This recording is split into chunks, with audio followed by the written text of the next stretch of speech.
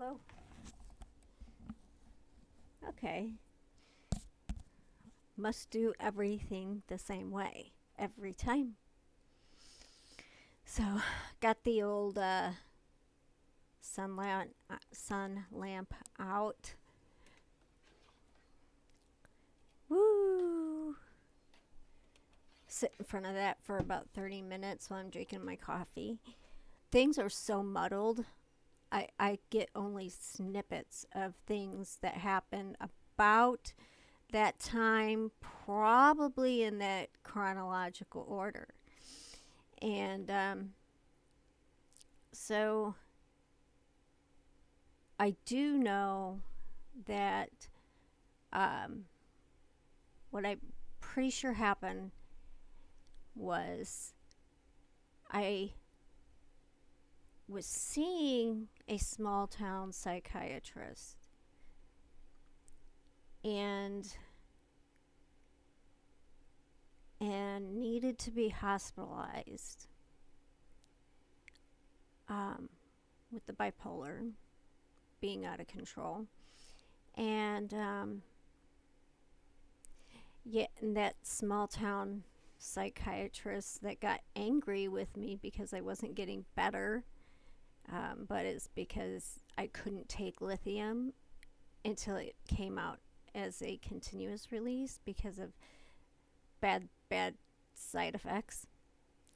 And so they were trying everything else under the sun and nothing was working. And so I end up in a hospital, and the inpatient and the psychiatrist group associated with that hospital that I was assigned to um, ended up being my psychiatrist after the hospitalization as well. But here's what I mean by having a psychiatrist, that it's so important. This is of utmost importance. If you want to stay out of the hospital, find a psychiatrist that stays up on the latest pharmacology. What drugs treat what symptoms, um, what side effects, what interactions. It's night and day. I had the one who was giving me medication, a new medication, every time I went in, and I think that's a male thing. Um, they're just in a hurry to fix things, every little tiny things. Um, and sometimes it's just normal life and not psychiatric involved issues. So, anyway, I ended up in the hospital. And did you realize that you can behave really messed up if you're on too much medication? Okay? You need to be on the lowest dose that keeps you functioning optimally. Because if you go over that one step over onto the other side of being over medicated, you're going to find yourself in a situation where you can't function either. You know, you, too many psychiatrists just kept adding stuff instead of exchanging, like, well, there's another medication in this group that might work. Let's try that. Instead, they just kept.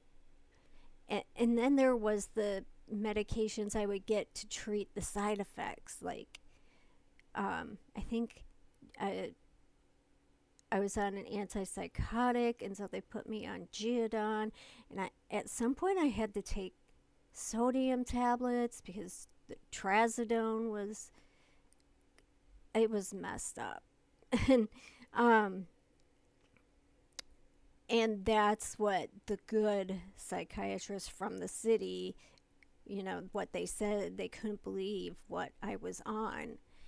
And so during that hospitalization, I was, kind of stripped of everything. Not everything, but it took a while for us to find the right combination. And and there were some subsequent hospitalizations, a couple with her. Um, but I really liked her. She knew exactly what to do when I would say this or this is happening. And she would know exactly, okay, well, that's this medication you're on. Um, is it, let's just decrease the dose a little bit. Let's trade it for something else that treats it and wean you off properly. Um, Things like that. Um, so that I wasn't ever on like a whole bag of pills. I was a zombie before, like, because I had come from Kansas City to live with my mom, and my mom was shocked at how much pills I was on and how I was behaving. I was like a zombie, and I didn't wake up until this great psychiatrist um, made the difference. And we had to travel an hour and a half to get there. And they never said no to anyone. They were always overbooked. And they also did hospital visits. So there were times that you would be waiting in the waiting area for, I think one time I waited 4 hours. And that was because they had to stop and go run up to the hospital to deal with something and come back. And, um, but they were good. They were so good. It was like this whole family. And, they wrote articles, published articles. They were involved in studies. I signed over my brain when I die. Um, they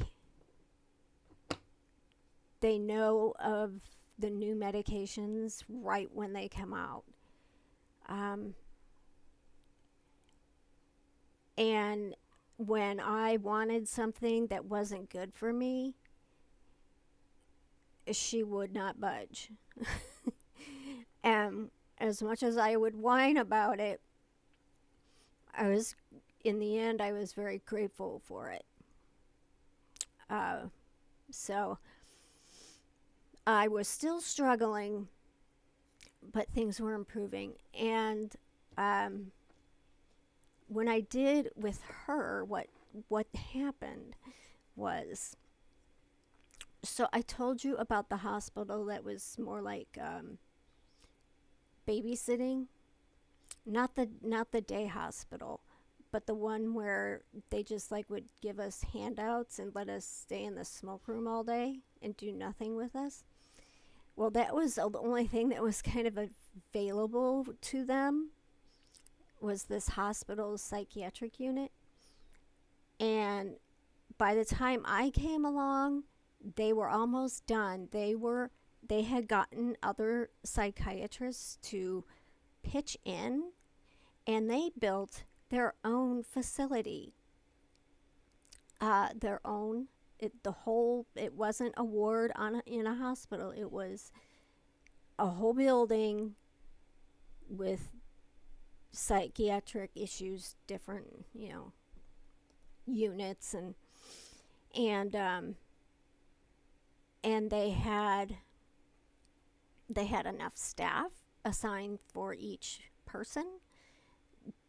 The staff, your nurse, every shift had to do a one-on-one with you to see where you are, Are you feeling safe? Are you hearing any voices? And what's going on today? Things like that. Um, they were they were they had some kind of certification. They had education. All of them did on how to deal with patients with these disorders, and they our day was filled. We woke up at a certain time. We had to get up and get into our clothes. We weren't allowed to walk around in our pajamas or scrubs. You get up, get dressed, you have morning group, you eat breakfast, and then there's like, they would have a group for, they would have, you would have to go to these classes um, that, like, they would have some for substance abuse, if that's was part of your issue, education and planning and what you can do um, to help you. And they taught you about, like, if you have, like I do, bipolar disorder. They taught you about it. They taught you about the neurotransmitters and what they're doing and why that's making you behave the way you do, and why you have um, episodes. And so, what can you do when you're feeling this to stay out of the hospital? Um, I mean, obviously, they told you if you're feeling like you're gonna hurt yourself or something, go to somebody. But everything was really proactive on. Um, this may have been the aftercare. I'm not really sure. I don't think so.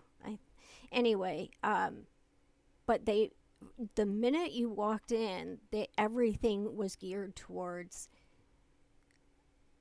teaching you ways to cope so you don't end up in the hospital again, as opposed to a place that just housed you and babysat you, um, and gave you no direction in what you can do for yourself to stay well. They didn't, at this new place, they I mean, they didn't. They treated us with respect. Um, they they wouldn't let you get away with anything. Um, they were firm because it was necessary for you to get better and get out. Um, the whole thing was so. And then when you were getting ready for discharge, you had discharge teaching. What are you going to do when you start having these feelings? Who are you going to talk to? You had to have all that ready in line.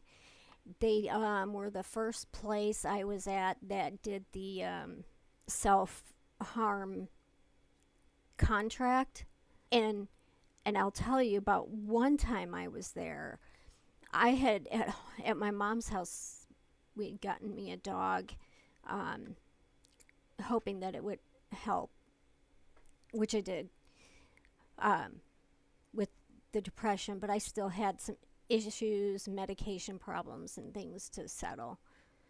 And I always knew when I was feeling better and ready to go home is when my brain started to think, Penny's got to be upset that I'm not home. Because, like, we were, like, tight.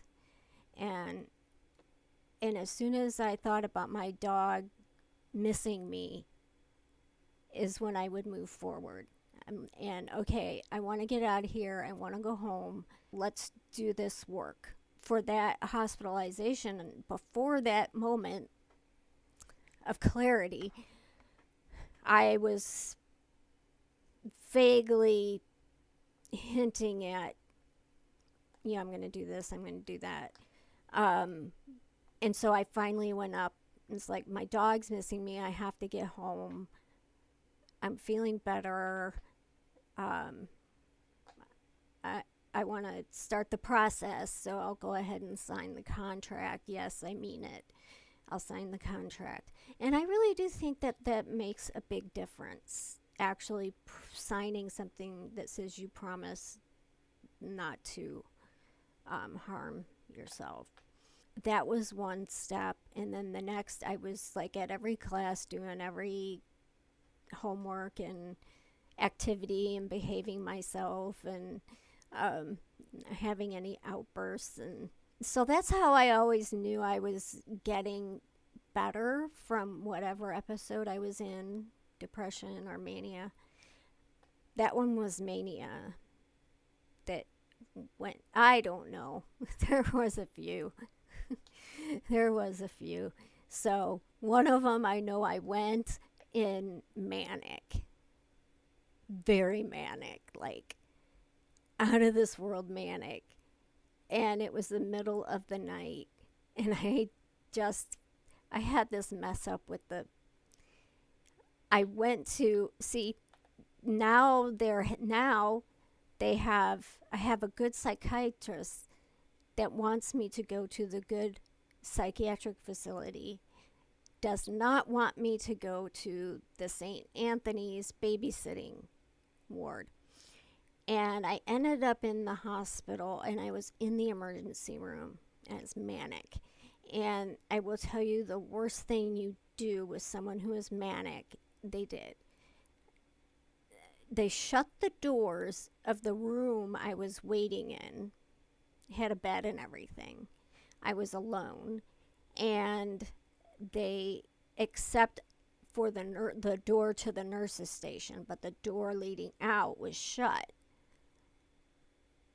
So I thought, and there was and and I went to open it because I wanted to go outside. I was feeling extremely trapped. I was just feeling very, very trapped and, manic. And I could only walk around the room so much. I had to like get out and get a breath of fresh air. And I went to open the door and discovered it was locked. And that sent me through the roof. That I had no escape. And I was furious. And I started yanking at the door and yelling. And I just want to go outside to smoke a cigarette.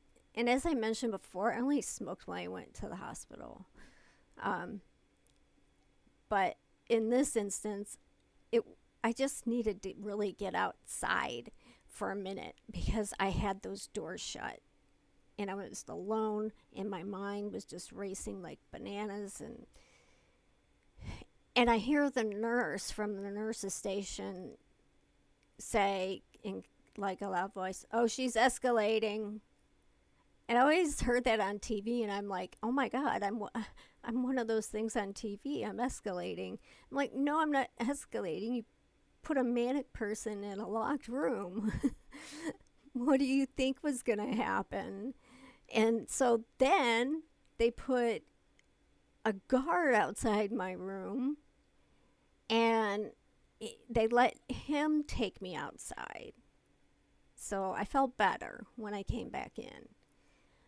But it was just taking forever. And I'm like, almost, they have my folder, and I'm like ready to get in the ambulance to go to the hospital. And I saw on the paper that they were transferring me to the babysitting St. Anthony's ward. I'm like, no, I'm not. That's not where I'm going. I'm going to the blah blah facility, the psychiatric. I don't remember the name of it. But I was like, no, I'm going there. I'm not supposed to go there. Her orders were very specific. She said it to me. She said, make sure they send you to the psychiatric facility, not St. Anthony's. And so there was this big runaround with that.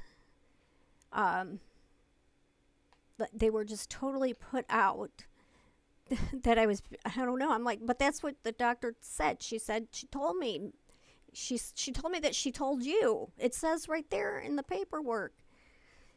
And so then they took the folder and out of the room and came back in.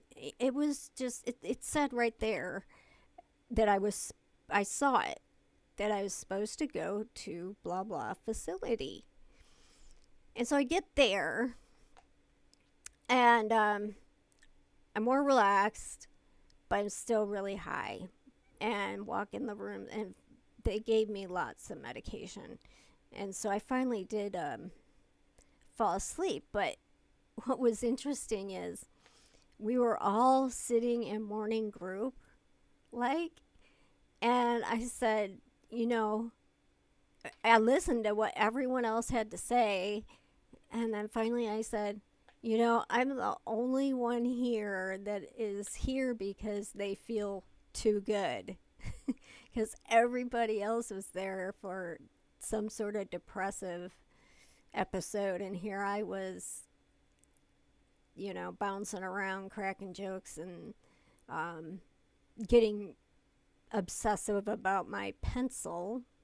They took my pencil away. I was writing something very important to me, something I was very obsessed with, and the rainbow colored legal tablet would work, and these certain pencils, mechanical pencils, I was totally obsessed with them. And it had to be those. And after a while, they took my stuff from me because I was using it. They said I was using it to avoid treatment. So that was upsetting. But I get it now. I get it now. But I would really have meltdowns. And see, then we didn't know that I had autism. And so with a touch of ADHD and a bigger touch of OCD. And so if I didn't have that pencil to write with, the whole world was going to come crashing down. And one time they couldn't find the pencil because they wouldn't let me keep it. It's just amazing. One time, this is a whole different hospitalization. I was assigned a one-on-one, and that's what it sounds like. They had someone sitting with me all the time. And I just sat there and looked around the room and told her how many different ways in just this room I could harm myself. Just to make it harder for her. Because I was really angry about being on a one-on-one. But one thing I noticed, and it was just stupid of them, that little table that slides over your bed so you can eat off your tray. Well, if you lift up this doohickey, there's a mirror in it. And I'm like, just crack that, and now you have a sharp shard of glass. And, I was just being a total annoying psychiatric patient. I was bored. I think I was just bored because I couldn't do anything. I couldn't go anywhere. All of that was after. I've talked about them before. Maybe I will again sort of update it. What I went through harming self-wise. It'll be a totally no monetization video, probably, just because you can't talk about anything anymore on YouTube. Um, of course, I think some of those rules are just great, perfect, wonderful to keep people safe. Um, but it, but to, I don't know, to be punished for trying to help people by telling your story and how you managed to get out of that whole mania. If you don't, bipolar disorder, if you don't have the right things in place, this is your life. This is just, at least for some of us, there are those lucky few that have an episode or two and that's it in their whole life. And can guarantee you right now, if I stop taking my medication, you'd just be hamster wheel, up and down, up and down, up and down.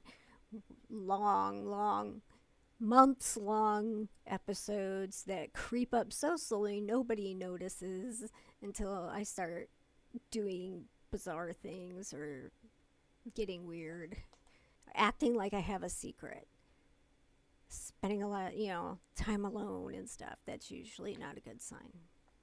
So that's why I always make it a point to spend a certain amount of time at 7:30 p.m. I make my way downstairs and spend some TV time with my mother, because if I didn't, she'd start freaking out.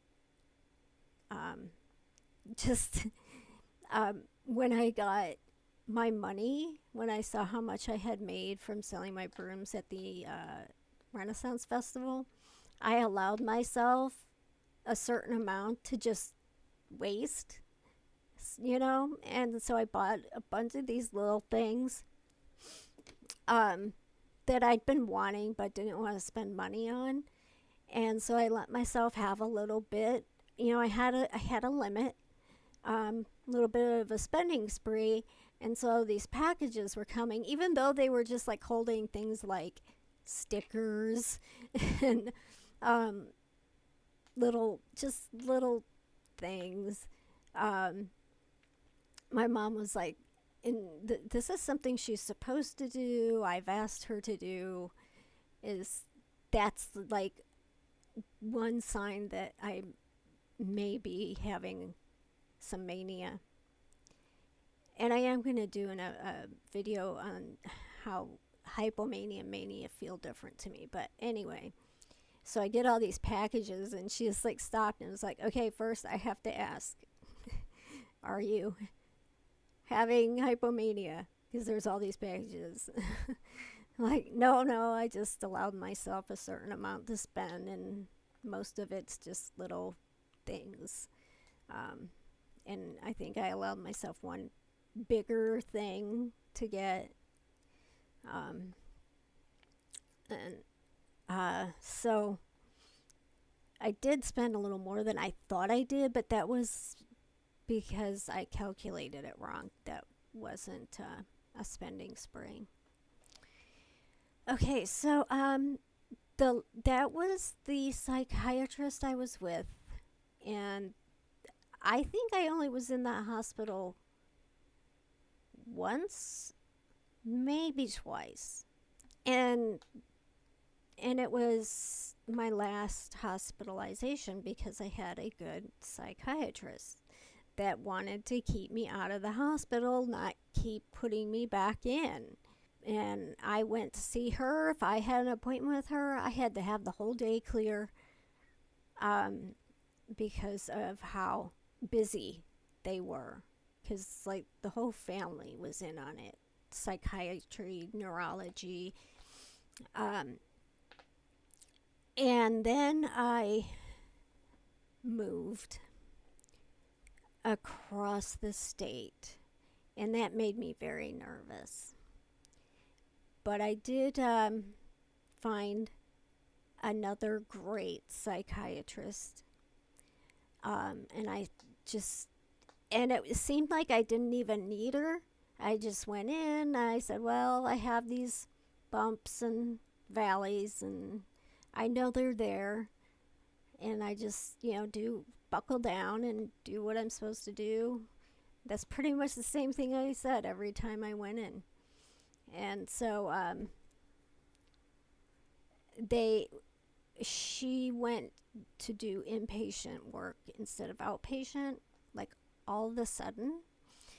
And so they assigned me to the nurse practitioner for that same group because it appeared that I was low needs at the time because I'd been stable for years.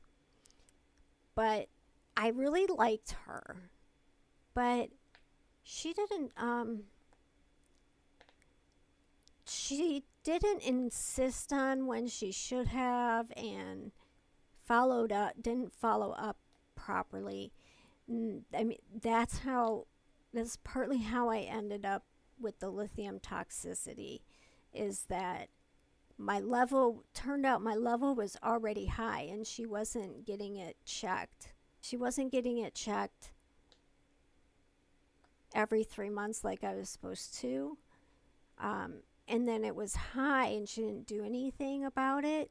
So even though I liked her, it turned out she wasn't really very good for that I really do need to see a person in person. And the only available doctor was a male doctor. So I said, well, I'll give him a try. This was last year. This is a year ago when I was in the hospital for lithium toxicity. And as it turns out, I really like him. He's casual, but doesn't budge when when something is serious, he's serious and won't budge. But he's about the same height as me, which is weird because I'm only 5 feet tall, so he's kind of a shorty. But he's casual, but he acts like he's taking you seriously, and he's hearing what you're saying. And he asks the right questions to get the right information from you so he can know what to do or say. And he's the doctor that had been on for a year to get the lithium level all settled. And he smiles at me, at the end, and he confirmed my autism diagnosis. He has said, I've seen you several times now, and I totally agree. Just, by watching you and your certain mannerisms and stuff. So that was a big deal to not be gaslit again. Oh, the gaslighting psychiatric patients get is disgusting, especially when they're not in their right mind and people are trying to take advantage of them. So anyway, those are all I didn't touch on every hospitalization. There were several in this chunk of time. I haven't been in the hospital 10 years ago at 44. That's about when I had my hysterectomy. So my mid 30s, late 30s. So that's a good long time for someone who have a pretty severe case. I get a little weird and dangerous when my mood is off, and I'll say it, completely insane. I mean, if I were to go to court for something and I was in because of something that I did while I was in a state, I would not be guilty. I would be insane because I have been in that realm of insanity where the things that are up here are real and the things that are going on out here are not. So, I'm yelling at my mom. Okay, so there are two factors that keep me out of the hospital. Three, and I mentioned a good psychiatrist. The other thing is the right medication and not too much medication. So there's a lot of trying out medications, finding out what works for you. The other thing is you being proactive. You taking care of yourself physically. Um, you having plans for those days that you don't feel like getting out of bed. Um, or who to call and what to say when you don't feel safe or when you are feeling high, so you don't have to be embarrassed, and read, learn about your disorder, um, and journal. In the beginning, journaling is the best. Graphing your moods, figuring out what comes before your mood changes. Um, is there certain things that if you nip them in the bud, you can reverse it a little bit or make it be less, you know. Um, that's it, and I am done. Bye.